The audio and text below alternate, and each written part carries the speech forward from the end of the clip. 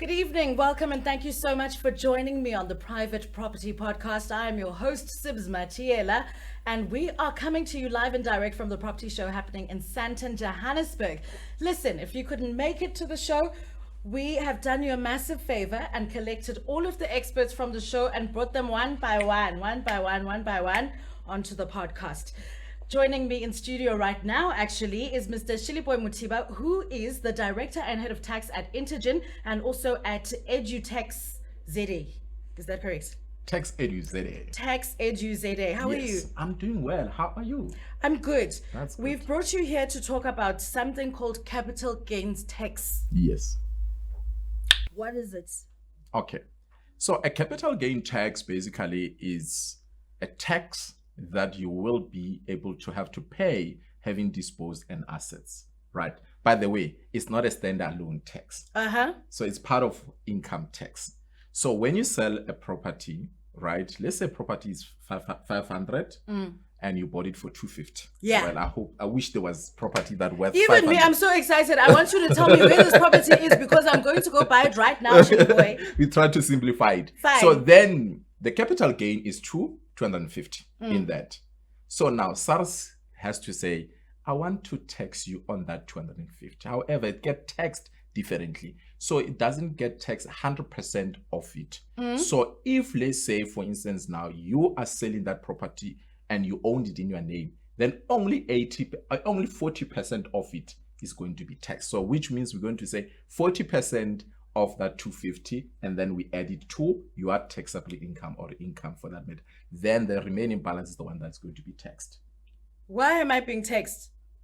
Because you are being taxed on any form of income that you receive or is accrued to you as a taxpayer. Okay. So like any other form of income that you generate as a taxpayer, you have to be taxed on it. And of course, we need money as government. We need money as a country. So it's another way. If you are generating money out there, then you're going to have to contribute to the tax base. Including selling my house now, Yes, because it's correct. an income, money coming into me, then SARS goes, oh, not so fast. But the beauty with that is that if, for instance, right now, you are selling your own primary residence, then there's a little bit of benefits. Of course, SARS is not that bad. Okay. Then there's that 2 million, we call it primary residence exclusion. So which means that you can actually make money, capital gain, right? Up to 2 million that you're not going to be taxed on. So which is good. I mean, most of us, our primary houses never really make, even if we sell them, they never really make that 2 million capital, which is good. So the chances are most people actually, when they sell these primary residences, they typically don't end up paying tax because they never really make that 2 million.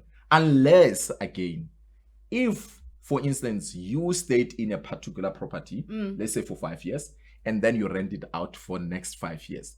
Then, however, that 2 million exclusion is only going to be applicable only in those 5 years. Where you were living there as it was your primary residence, not when you were earning income from renting out that property. Exactly. So then we're going to have to apportion that capital gain. So we're going to say, let's say property, now we're going up. So let's say the property was 2 million. Yeah. You sold for 2 million. You bought it for 1 million. Then we've got a capital gain of 1 million. Yes. Then we're going to say, no, you stayed in it for 5 years. However, you owned it for 10 years. You're selling this property. Remember, you stayed in this particular property. For 5 years. For 5 years. And now you rented it out for 5 years. All in all, you owned it for 10 years.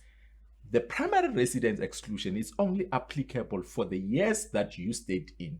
Yes. Then we need to apportion the capital gain for the period that relates to the time you were staying in. The 5 years. Yes. Then we're going to say 5 over 10 times the million that you made. Remember we said we sold it for 2 million. 2 million, but I bought it for 1 million. Exactly. Okay. Then only then we'll exclude that 500,000. Then the other 500,000, unfortunately, then we need to apply that inclusionary rate. Remember I said the beauty about capital gains that it doesn't get taxed at 100%, which, by the way, I might be digressing, but there's a debate around the issue of wealth tax. But what is capital gain? Isn't it wealth?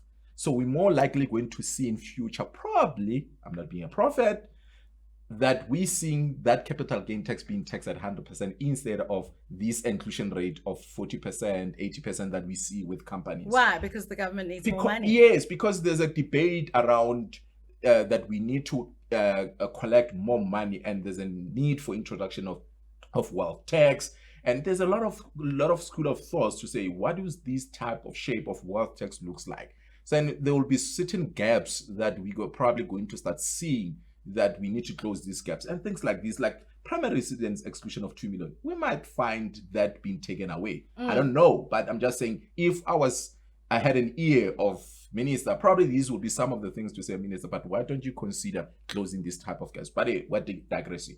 So now that particular 500,000 will apply the inclusionary rate. For individuals, 40%, companies is 80%, and the trust, unless it's a special trust. Special trusts are similar to a natural person. Okay. Now, then we take 40% multiplied by 500. I think everyone can do the maths. And then we include... we can't. I don't know that calculation. And then from there, the answer, then we include it in the gross income as part of the taxable income with other incomes. Right. I mean, it's added into income, not gross income. Yes. It's added into income. Which and then, will then calculate, and then we get the line items at the end there that is called taxable income. Yes. Then we take that line item, and then we apply your particular marginal tax rate at that particular time. ShillyBoy, would you say South Africans are a tax compliant people? It's actually a very interesting question, because in one of the Judge Davis recommendation, because there was an exercise that was done by Judge Davis where they needed to review the tax system. And because when this debate of introduction of wealth tax was actually started, and SARS had to look, and National Treasury had to look in the holistic of the tax system to say what could be done to increase even the collection of tax. A lot of recommendations were done. That's why we saw an increase in terms of estate duty from 20% to 25% if your wealth is about over 30 million. So there's that, right? Now, one of the things that was actually debated over the years after that report was issued to say, what could be done actually to ensure that people comply? Of course, there's a debate school of thought that certain people don't comply, especially so-called the wealthiest, the top 1%. There's an argument that they don't comply. And one of the... And they hide their money in other strange places. I wouldn't say they hide the money, but they just have facts and scholars and the tax experts who are able to play around the books. Find the loopholes. Exactly. So now one of the things that, or rather leverage lack of capacity, because one of the things was, in order to take and ensure that the taxpayers actually comply, SARS needed to capacitate themselves. And if you notice, in the last 24 months or so, SARS have been going on a drive to actually capacitate the institution, where they invested a lot on IT. These days, things that, I mean, you probably saw, if you are only earning sort of an income salary alone, you are auto-assessed, and then immediately then you see money in your bank account, or the money going out because you owe SARS. So those are some of the initiatives they have done to ensure that there's a high level of tax compliance. Did we see that happening? Actually, yes, we saw that happening, that more and more people are compliant. But I think then the worries around the top and the net wealthy, and that saw us actually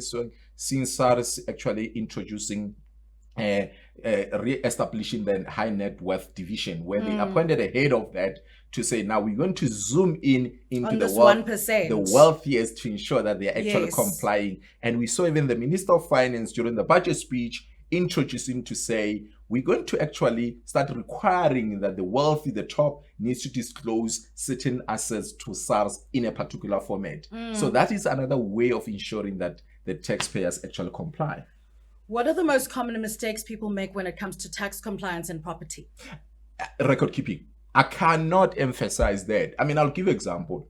You buy a property right now. You stay in it, you're excited, flaunting. Okay, well done, congrats. Key, good. But then one of the mistakes is that people down the line, they don't actually keep the records of improvements they make in their houses. Of course, because I'm just renovating. Yes, I'm redoing my kitchen, I'm redoing my bathroom, but I'm not going to write that down anyway and say, this was the contractor, this is how much it cost at this time. Exactly. And you're going to complain later on. Remember, we said it. that how you're going to calculate your capital gain. Yes. It's what you sold for versus base cost. What is base cost? Base cost is original acquisition cost, including those improvements that you've made in that particular property for the next 10 years. So now that is the biggest mistake that we see in mostly property investors, not keeping those invoices, because you cannot come and deduct and cannot come and again say, you did a roofing, well done. But where are the supporting documents? You understand? So there's that element that I've seen with property. And I always say, listen, once you get an invoice from a contractor, take the invoice, put it on a Google Drive. It's on a cloud. Like whatever cloud system you use, put it out there and then you're good. Then you can always go and retrieve that information 10 years down the line when you're going to sell that particular property. Then you minimize your taxes. Because if you don't have records, SARS is not going to budge. Got you. Listen, we spoke about loopholes earlier. What are some of the loopholes that property investors can take advantage of with regards to tax compliance? But again, loopholes, it might be starting with record keeping. Yeah. Because then you will be able to do an efficient tax planning if you've got a good record keeping. I think also the best way to actually leverage certain tax provisions that are out there that allows you, it's actually understanding and knowing why you're investing in that. Let me give you an example. If, for instance, there's what we call Section 136. It's known a lot by property developers, use that a lot to market, to say, if you buy 5 properties that are new, you can get deduction 5% and things like that. But it's how you structure those properties.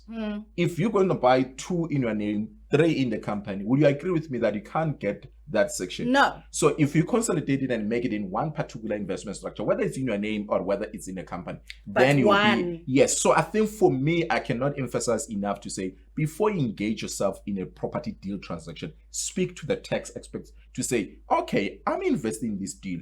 My commercial reason for investing in this particular deal is for 1, 2, 3, 4, 5, right? Then the tax person is going to sit back and say, okay, I think for tax efficient way, let's move it this way.